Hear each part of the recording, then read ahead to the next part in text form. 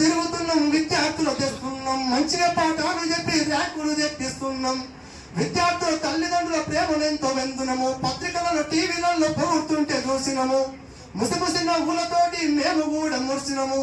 అయినాగా నీ మాపై ఎందుకు ఈ వివక్ష? దగాపడ్డ సోదరా తిరగబడి లేవరా, మన హక్కుల సాధనకై పోరు చేయ కదరా. దగాపడ్డ సోదరా తిరగబడి లేవరా, మన హక్కుల సాధనకై పోరు చేయ కదరా. దగాపడ్డ సోదరా. ఇలా క్లాసులో కాముగా ఉండుటకు సిగ్గంట, చేతిలో పుస్తకము పట్టుటకు సిగ్గంట. విజ్ఞానమేమాయరా విద్యార్థి, విద్య ఎటు పోతుందిరా విద్యార్థి. ఇట్లాంటి పరిస్థితుల్లోన విద్యా వ్యవస్థలో సమూల మార్పుల కోసానికి ఇక్కడ మిషన్ ఎడ్యుకేషన్ తెలంగాణ అనే భావనతో తెలంగాణ లెక్చరర్స్ ఫోరం నాయకత్వం వచ్చింది. తెలంగాణ ఉద్యమ నేత, డేరింగ్ డాషింగ్ డైనమిక్ లీడర్, మా అందరికీ ఉన్న ఆదర్శప్రాయుడు. Private, government, contract, outsourcing, ఇక్కడ పాలిటెక్నిక్, కేజీ నుంచి పీజీ వరకు ఐక్యం చేసి ఉద్యమ చైతన్యాన్ని అందించేటువంటి డైనమిక్ పర్సన్ మా కత్తి వెంకటస్వామి ఆధ్వర్యంలో ఈ తెలంగాణ లెక్చరర్స్ ఫోరం సుమారుగా 15 సంవత్సరాల నుంచి జేజీపీ మండలంలో కొనసాగుతుంది. 10 ఏళ్ళు కొట్టాడి కోరి తెచ్చుకోవడం తెలంగాణ రాష్ట్రంలోన మా కత్తి వెంకటస్వామి విద్యాశాఖ మంత్రి అయితే పని మేము ఎప్పుడు ఊహించుకునేది. కేసీఆర్ అనేది ఏంటంటే ఒక కలంపోటుతోటి కేజీ నుంచి పీజీ విద్యను నిన్నే విద్యాశాఖ మంత్రి చేస్తే నువ్వే అవుతావు కదా నడిచిపడేదన్నమాట అన్నప్పుడల్లా ఊహించుకునేది. కానీ దుర్మార్గుడు కొట్టాడి కోరి తెచ్చుకోవడం తెలంగాణ రాష్ట్రంలో ఉన్న 10 ఏళ్ళు విద్యా వ్యవస్థలతో నిర్వీర్యం చేసి భ్రష్టు పట్టించినటువంటి వ్యక్తి కేసీఆర్ గారు. మాకు మంత్రి పదవులు అక్కర్లేదు, మాకు ఉద్యోగాలు అక్కర్లేదు, కానీ ఈ విద్యా వ్యవస్థ భ్రష్టు పట్టిన విధానం ఉంది ఏదైతే ఉందో అది చాలా బాధేసినమాట.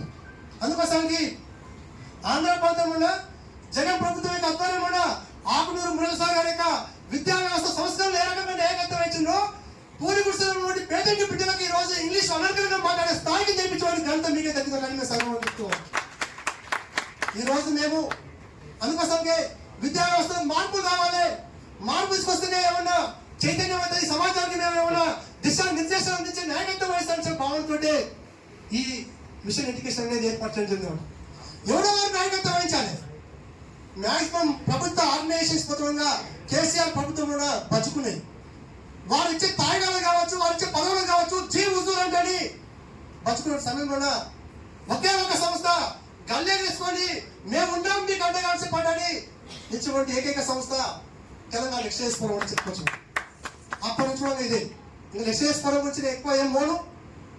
రాష్ట్రం వచ్చింది, సాధించుకున్నాము.